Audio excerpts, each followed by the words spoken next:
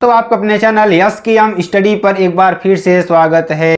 तो मेरे प्यारे बच्चों, आप सभी के लिए बहुत ही इंपॉर्टेंट चैप्टर, बहुत ही महत्वपूर्ण चैप्टर, बहुत ही छोटा चैप्टर है लेकिन बहुत ही इंपॉर्टेंट चैप्टर है आपके लिए, ठीक है ना। इस चैप्टर में क्या चीज़ें हैं, क्या चीज़ें पढ़नी है आपको अच्छी तरीके से सिलेबस में मिल जाएगा। सिलेबस आपको यस की मिस्टर टेलीग्राम चैनल पर मिल जाएगा। और साथ ही सभी लोग क्या करेंगे, बेल आइकन को जरूर दबा लेंगे ताकि जो भी वीडियो नोटिफिकेशन हो आपकी स्क्रीन पर तुरंत ही पहुँच जाए, ठीक है ना। चलिए अब देखते हैं, यहाँ पर हम आपको अच्छी तरीके से समझाते हैं और बताने का प्रयास करेंगे, ठीक है ना। तो ध्यान दीजिएगा, बहुत ही इंपॉर्टेंट चैप्टर है आपके लिए। उससे पहले आप लोग ध्यान दीजिएगा, ठीक है ना। उसके पहले आप लोग बता दें कि कोर्स अगर आपको परचेज करना है, ठीक है ना, आपके अपनी इच्छा अनुसार अगर आपको किसी भी कोर्स को परचेज करना है तो आप इन दोनों नंबर पर कॉन्टैक्ट कर सकते हैं। देखिए, अगर फिजिक्स की हैंड रिटन नोट्स चाहिए आपको 49 रुपीज़ में मिल जाएगी। केमिस्ट्री की चाहिए तो आपको 49 रुपीज़ में मिल जाएगी। बायोलॉजी की चाहिए तो आपको 49 रुपीज़ में। अगर आप 5 सब्जेक्ट का लेते हैं ना, आपके लिए ऑफर है, ठीक है ना। आपके लिए ऑफर है, क्या ऑफर है, नोट्स प्लस प्रीवियस ईयर के क्वेश्चन सॉल्व वीडियो आपको देखिए नोट्स मिलेगा, प्लस जो पिछले साल के 4 साल के जो पेपर सोल्यूशन है वो मिलेगा और आगे भी आपको मिलते रहेंगे। उसके साथ साथ आपको वीडियो मिलेगी, ठीक है ना, इसमें कोर्स में। और अगर मैथ की बात करें, इसमें देखिए 99 रुपीज़ में आपको 4 साल के प्रीवियस ईयर क्वेश्चन के जो पेपर है पूरा सोल्यूशन आपको मिलेगा, ठीक है ना। तो ध्यान दीजिएगा, बहुत ही इंपॉर्टेंट है, बहुत ही महत्वपूर्ण है, ठीक है ना।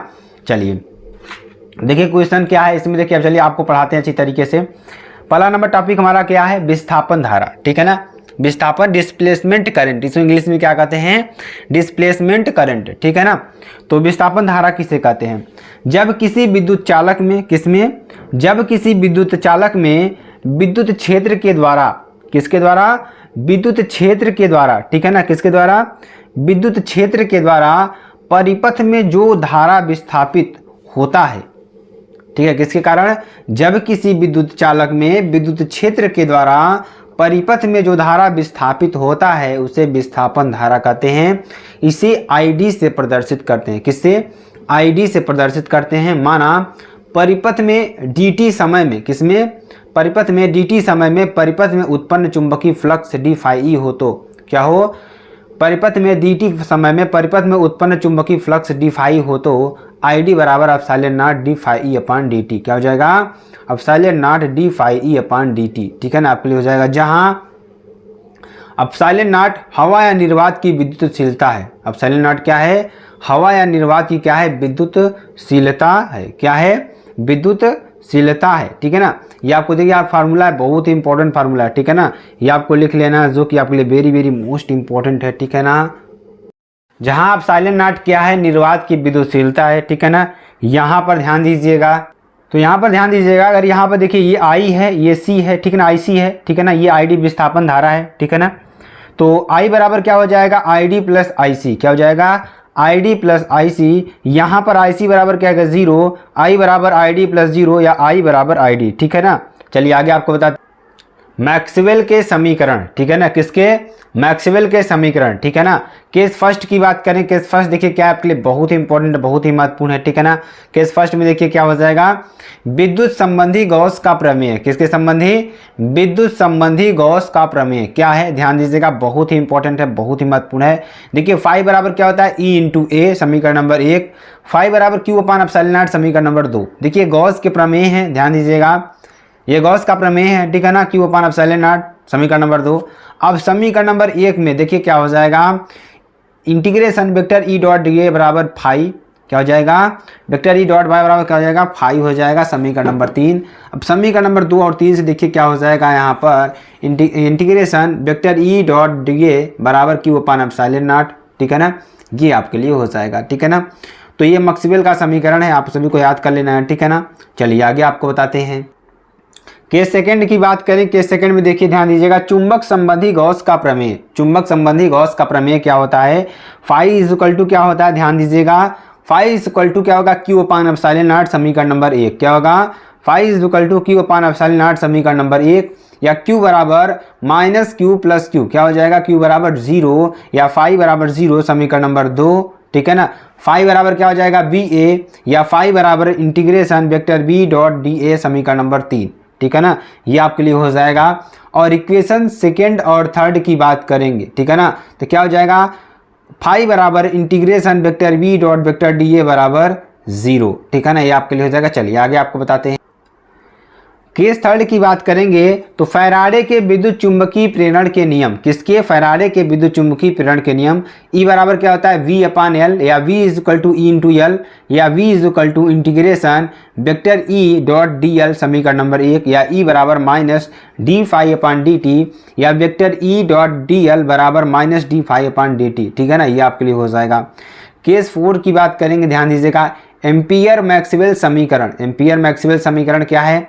Integration vector V dot vector DL बराबर μ0I, समीकरण नंबर 1, या I बराबर IC प्लस ID, या integration vector V dot vector DL बराबर μ0IC प्लस ID, या vector V dot vector DL बराबर μ0IC प्लस μ0ID। ठीक है ना, तो क्या हो जाएगा?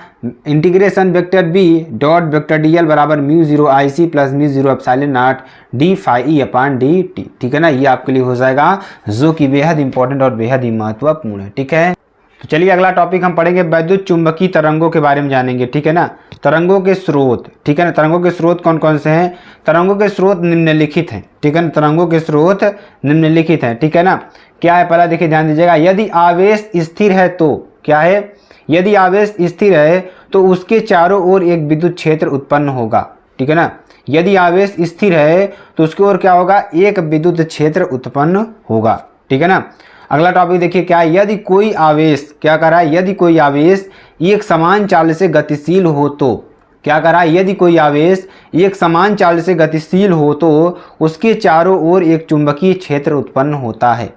क्या कर रहा है? यदि कोई आवेश एक समान चाल से क्या हो? गतिशील हो तो उसके चारों ओर क्या होगा? एक चुंबकीय क्षेत्र उत्पन्न होता है। ठीक है ना, चलिए अगला देखेंगे।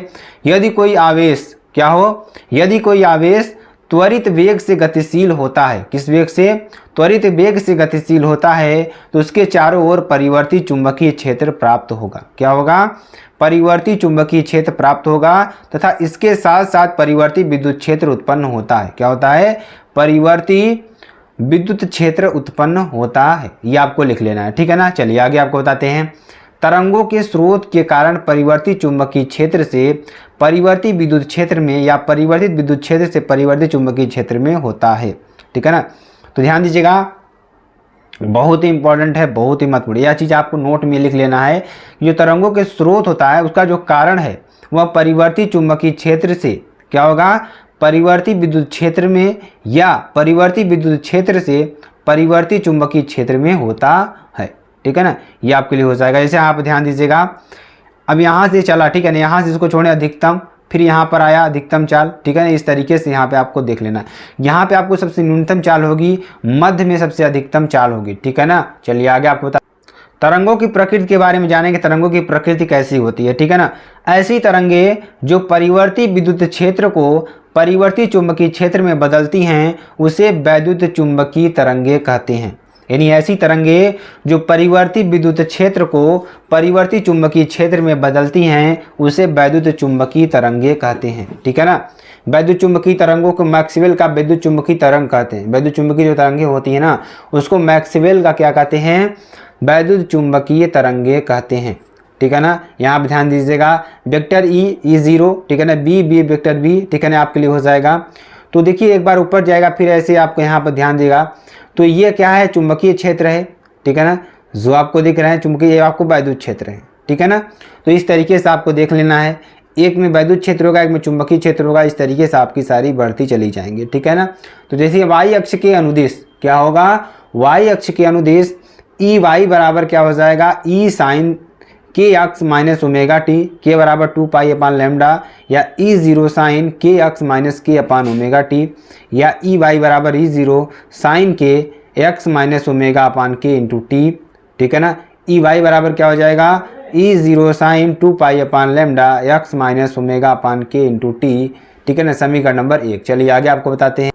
z अक्ष के अनुदिश क्या हो जाएगा? VZ बराबर V0 sine kx minus omega T, या VZ बराबर V0 sine K x minus omega k/t into T, या VZ बराबर V0 साइन 2π/λ x माइनस ओमेगा/r इंटू टी, समीकरण नंबर 2। ठीक है ना, तो ओमेगा/k बराबर क्या हो जाएगा? 2πf/2π/λ। ठीक है ना, ये आपके लिए हो जाएगा। या 2 पाई एफ लैम्डा अपान 2 पाई से 2 पाई कैंसिल, बचेगा क्या हमारा एफ इंटू लैम्डा, क्या बचेगा एफ इंटू लैम्डा, एफ बराबर 1 अपान टाउ या ओमेगा अपान के बराबर लैम्डा अपान टी बराबर सी, ठीक है ना, या लैम्डा अपान टी बराबर सी, या लैम्डा बराबर क्या हो जाएगा टी इंटू सी, ठीक है ना, ये आपके लिए हो जाएगा। समीकरण 1 और 2 से क्या हो जाएगा, ध्यान दीजिएगा, ई वाई बराबर E0 sine 2 pi upon lambda X minus C T, ठीक है ना, या बी जेड बराबर क्या हो जाएगा B0 sine 2 pi upon lambda X minus C T, ठीक है ना। तो मैक्सवेल के समीकरण से क्या हो जाएगा, मैक्सवेल के समीकरण से C बराबर E Y upon B Z या C बराबर E0 sine 2 pi upon lambda X minus C T, या V0 sine 2 pi upon lambda X minus C T, X minus C T से X minus C T cancel, 2 pi upon lambda से 2 pi upon lambda cancel, sine से sine cancel, E0 upon B बचेगा, तो E बराबर क्या, C बराबर क्या हो जाएगा E0 अपान B0 या B0 बराबर E0 अपान C, ठीक है ना, ये आपके लिए हो जाएगा। चलिए आगे आपको बताते हैं। अगला टॉपिक देखिए क्या है, एकांक लंबाई के आयतन में उत्पन्न विद्युत ऊर्जा, ठीक है ना, एकांक लंबाई के आयतन में जो उत्पन्न विद्युत ऊर्जा है वह क्या होती है, तो यू ई बराबर क्या हो जाएगा half epsilon naught E square Y, ठीक है ना। अगला देखेंगे, एकांक लंबाई के आयतन में उत्पन्न चुंबकीय ऊर्जा, यू बी बराबर क्या हो जाएगा half B square z upon mu zero, ठीक है ना। विद्युत चुंबकीय तरंगों की विशेषता क्या होगी, विद्युत चुंबकीय तरंगों की विशेषता क्या होती है, ठीक है ना। तो विद्युत चुंबकीय तरंगे त्वरित आवेश द्वारा उत्पन्न की जाती हैं। जो विद्युत चुंबकीय तरंगे होती हैं ना, किसके द्वारा, त्वरित आवेश द्वारा उत्पन्न की जाती हैं। विद्युत चुंबकीय तरंगों के संचरण के लिए माध्यम की आवश्यकता नहीं होती है। किसके लिए, विद्युत चुंबकीय तरंगों के लिए क्या माध्यम की आवश्यकता नहीं होती है। ये तरंगे निर्वात अथवा मुक्त स्थान में u बराबर half under root mu zero epsilon naught वेग से चलती हैं, या C बराबर क्या होगा 1 upon under root mu zero epsilon naught बराबर क्या हो जाएगा 3 × 10⁸ मीटर प्रति सेकंड, ठीक है ना। वैद्युत तथा चुंबकीय क्षेत्रों के परिवर्तन की दिशाएं परस्पर लंबवत होती हैं। वैद्युत तथा चुंबकीय क्षेत्रों के परिवर्तन की दिशाएं क्या होती हैं, परस्पर क्या होती हैं, लंबवत होती हैं, ठीक है ना। तो वैद्युत चुंबकीय तरंगे एक अनुप्रस्थ तरंगे होती हैं। जो वैद्युत चुंबकीय तरंगे होती है ना, क्या होती हैं, एक अनुप्रस्थ तरंगे होती हैं। वैद्युत तथा चुंबकीय क्षेत्रों में परिवर्तन साथ साथ होता है। जो वैद्युत तथा चुंबकीय तरंग क्षेत्रों में जो परिवर्तन होता है वो साथ साथ होता है, तथा महत्व मानों को E0 तथा B0 से प्रदर्शित करते हैं, ठीक है ना। चलिए आगे चलेंगे। निर्वात में वैद्युत चुंबकीय तरंगों के वैद्युत तथा चुंबकीय क्षेत्रों में परिणामों के संबंध निम्नलिखित हैं, या C बराबर E अपान बी, या वैद्युत चुंबकीय तरंगों में ऊर्जा औसतन विद्युत ऊर्जा तथा चुंबकीय क्षेत्रों में बराबर भाग में बटा होता है, ठीक है ना, ये आपके लिए हो जाएगा। चलिए आगे आपको बताते हैं।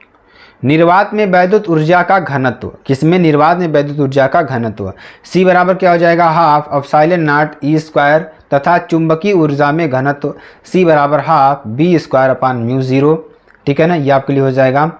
वैद्युत चुंबकीय तरंगों में प्रकाशिक वैद्युत फैक्टर के कारण होता है, ठीक है ना। तो वैद्युत चुंबकीय तरंगों में जो प्रकाशिक वैद्युत फैक्टर के कारण होता है, ठीक है ना। तो चलिए आगे चलते हैं। वैद्युत चुंबकीय स्पेक्ट्रम, ये आपके लिए सन है, ठीक है ना। V rays, X rays, UV rays, यानी कि आपको यहाँ पे देखिए विब जीओर बनेगा, violet, indigo, blue, green, yellow, orange और रेड, ठीक है ना। ये आपका बनता है, आपके 7 रंग देखने को मिलते हैं, ठीक है ना, 7 रंग आपको देखने को मिलेगा, ठीक है ना। चलिए आगे आपको बताते हैं। रेडियो तरंगे किसे कहते हैं, ठीक है ना। ऐसी तरंगे जिसकी आवृत्ति 3 × 10⁹ हर्ट्ज से 3 × 10⁴ हर्ट्ज के मध्य होती है उन्हें रेडियो तरंगे कहते हैं। ऐसी तरंगे जिनकी आवृत्ति 3 × 10⁹ हर्ट्ज से 3 × 10⁴ हर्ट्ज के मध्य होती है उन्हें रेडियो तरंगे कहते हैं। इसका उपयोग रेडियो तथा टीवी चैनलों को संचालित करने में प्रयोग किया जाता है। इसका प्रयोग किसमें, टीवी चैनलों को संचालित करने में प्रयोग किया जाता है। इसकी तरंग दैर्ध्य 10⁻⁻1 मीटर से कम होती है। इसकी जो तरंग दैर्ध्य है वो 10⁻⁻1 मीटर से क्या होती है, कम होती है, ठीक है ना। माइक्रो तरंगों की बात करेंगे तो ऐसी तरंगे जिसकी आवृत्ति 3 × 10⁻11 हर्ट्ज से 3 × 10⁹ हर्ट्ज के मध्य होती है उसे माइक्रो तरंग कहते हैं। इसका उपयोग रडार व माइक्रो ओवन में किया जाता है, ठीक है ना। माइक्रो ओवन मतलब माइक्रो जो भट्टी होती है उसमें किया जाता है। इसकी तरंगदैर्घ्य 10⁻⁻1 मीटर से 10⁻³ मीटर के मध्य होती है, ठीक है ना। अवरक्त किरणों की बात करेंगे, अवरक्त किरणें किसे कहते हैं, तो ऐसी किरणें जिसकी आवृत्ति 4 × 10⁻14 हर्ट्ज से 3 × 10⁻10 हर्ट्ज के बीच होती है उसे अवरक्त किरणें या विकिरणें कहते हैं। इसका उपयोग पौध घरों में पौधों को गर्म रखने में, युद्ध के समय दिन में कोहरे व धुंध को पार देखने में किया जाता है। इसकी तरंगदैर्घ्य 10⁻³ मीटर से 7 × 10⁻7 मीटर के मध्य होती है, ठीक है ना। दृश्य विकिरण की बात करेंगे, दृश्य विकिरण क्या होता है, ठीक है ना। तो ऐसी किरण जिसकी आवृत्ति 8 × 10⁻14 हर्ट्ज से 4 × 10⁻14 हर्ट्ज के बीच होती है, ठीक है ना। इसका उपयोग अणुओं की संरचना, परमाणु के बाह्य कोशों में इलेक्ट्रॉनिक विन्यास को पता लगाने में किया जाता है तथा इसकी तरंगदैर्घ्य 7 × 10⁻7 मीटर से 4 × 10⁻7 मीटर के बीच होती है, ठीक है। परावैंगनी विकिरण की बात करेंगे तो ऐसी विकिरण जिसकी आवृत्ति 3 × 10⁻16 हर्ट्ज से 8 × 10⁻14 हर्ट्ज के बीच होता है उसे परावैंगनी विकिरण कहते हैं। इसका उपयोग अदृश्य लिखाई, नकली दस्तावेज, अंगुलियों के निशान का पता लगाने में, खाने वाली वस्तुओं के संरक्षण में किया जाता है। इसकी तरंगदैर्घ्य 4 × 10⁻⁻7 मीटर से 6 × 10⁻10 मीटर के मध्य होती है। यक्स किरणें की बात करेंगे तो ऐसी किरणें जिसकी आवृत्ति 3 × 10⁻19 हर्ट्ज से 3 × 10⁻16 हर्ट्ज के बीच होती है उसे यक्स किरणें कहते हैं। इसका उपयोग चिकित्सा विज्ञान में क्रिस्टलों की आंतरिक संरचना ज्ञात करने में होता है। इसकी तरंगदैर्घ्य 10⁻8 मीटर से 10⁻13 मीटर के बीच होती है, ठीक है ना। गामा किरणों की बात करेंगे तो ऐसी किरणें जिसकी आवृत्ति 3 × 10⁻22 हर्ट्ज से 3 × 10⁸ हर्ट्ज के बीच होती है इसे गामा किरणें कहते हैं। इसका उपयोग परमाणु के नाभिक की संरचना के संपर्क में सूचना देने में किया जाता है। इसका तरंगदैर्घ्य 10⁻10 मीटर से अधिक होता है। तो मेरे प्यारे बच्चों ये आपका चैप्टर 4 था पूरा मिलाकर, क्योंकि बहुत छोटा चैप्टर है, इंपॉर्टेंट चीज़ इसमें दी गई हैं। तो अगर आपको वीडियो पसंद आती है आप चैनल को लाइक शेयर कमेंट जरूर कर सकते हैं। उससे पहले जान लीजिए आपको कोर्स परचेज करना है तो आप इस नंबर पर व्हाट्सएप करके आप अपना कोर्स परचेज कर सकते हैं। अगर फिजिक्स केमिस्ट्री बायोलॉजी की हैंड रिटन नोट्स चाहिए तो आपको पर सब्जेक्ट 49 रुपीज़ पे करना होगा। अगर आपको पेपर यानी physics chemistry math bio Hindi किसी भी सब्जेक्ट का अगर आपको प्रीवियस ईयर का सॉल्यूशन चाहिए, ठीक है ना, फुल सॉल्यूशन आपको 99 रुपीज़ में आपको मिल जाएगा, ठीक है ना। और आपके लिए 2023-24 में भी का ऑफर है। अगर आप 5 सब्जेक्ट का कोर्स आप लेते हैं आपको 499 रुपीज़ पे करना होगा, जिसमें आपकी नोट्स रहेंगी, पूरी प्रीवियस ईयर के क्वेश्चन पेपर रहेंगे और वीडियो भी आपको साथ साथ दिया जाएगा। तो मेरे प्यारे बच्चों फिर मिलते हैं नेक्स्ट वीडियो में नए टॉपिक के साथ। तब तक के लिए जय हिंद, जय Bharat, bye bye, take care.